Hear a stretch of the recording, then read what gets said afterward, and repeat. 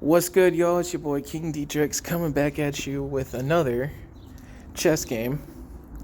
This one was against someone who's pretty good. Pretty good, alright. We had no brilliant moves. I had 5 great moves.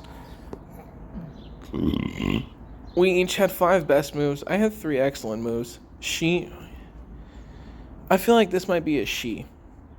She had better good moves than me. We both have the same book moves, more inaccuracies. Blunders. I only had 1, not bad. A 200 game rating. I feel like we played pretty good moves this whole time. I'm not sure. Opening with the king's pawn controls the center and opens up the light-squared bishop and queen, often leading to sharp games. The Scandinavian defense immediately challenges the center by attacking the e4 pawn.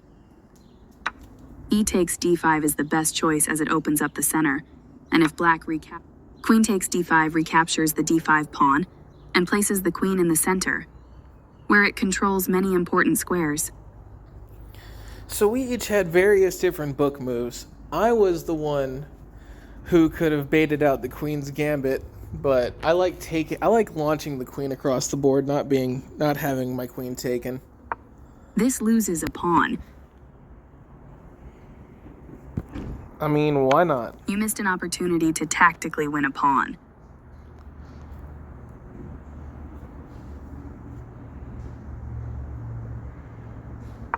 This blocks the check from an opposing queen.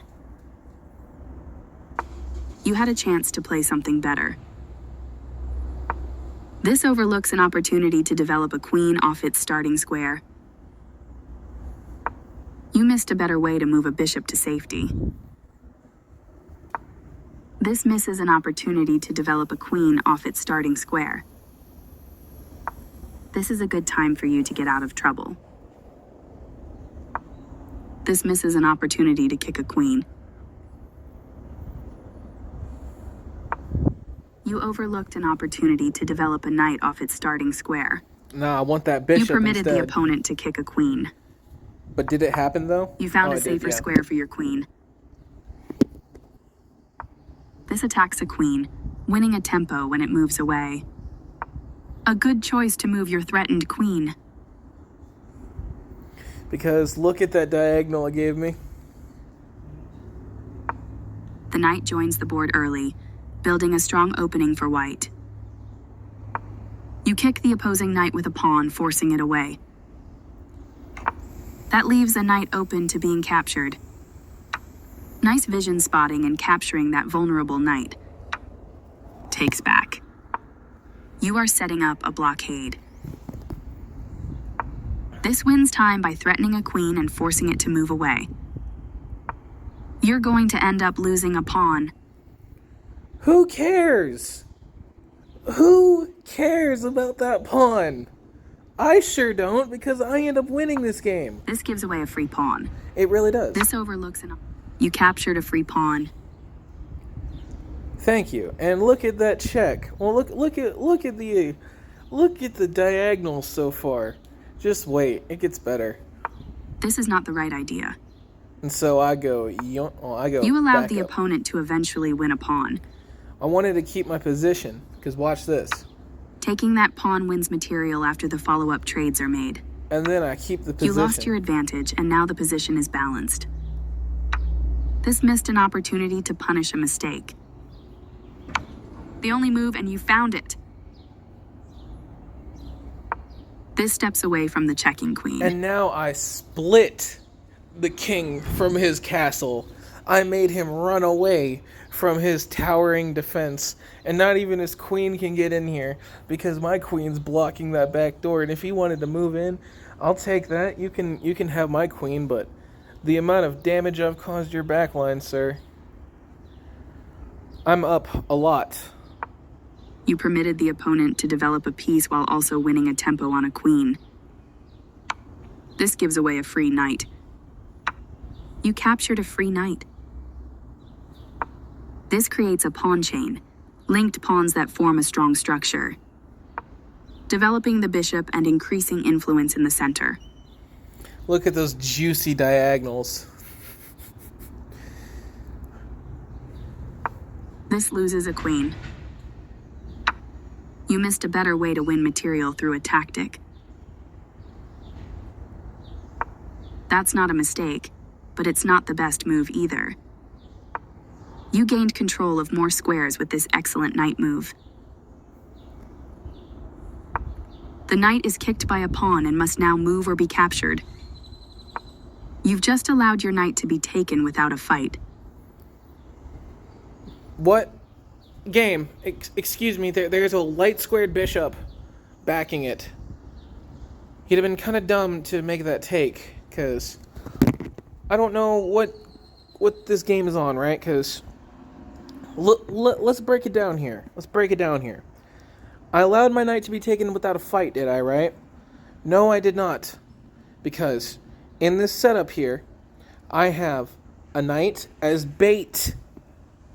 I'm up. I can throw a knight as bait. I've taken both of his, and I've got a bishop. Oh no, I don't have one of his bishops yet, but I'm about to.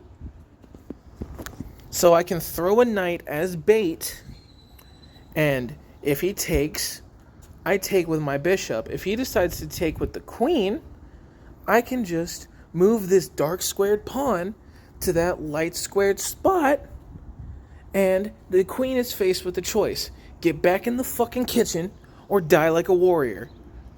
And most people choose to take their queen back in the kitchen. They don't want to lose it that quickly.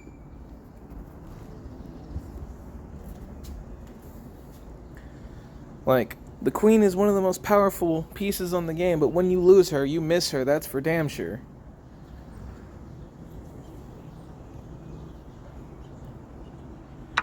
That knight was free for the taking. He took the bait. You captured back. The rook is now on an open file, which helps control squares across the board. And then, this is where this next bait comes into play, right? I go This blocks the check with from the rook. another knight bait, because I have a bishop guarding that knight, if he so chooses, and on my diagonals I have two unmoving rooks with a king that has not moved. So that means as long as the king is not directly in check, in which there are no diagonals open which could lead to check, even if the queen decides to launch herself across the board, I got a rook settling that, and with that rook, it's being blocked by my knight, which is being defended by my bishop. And I have my other short castle available if needed. Because then all I'd have to do is just wait for him to play that pawn. You'll see what happens later. You'll see what happens later. He opens himself up for checkmate, for check for me, but mate eventually. Yes, this right here is another knight bait. This loses a queen. Which exactly it does.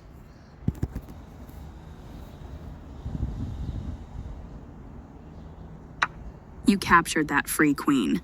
Yup, that I did. That's fine.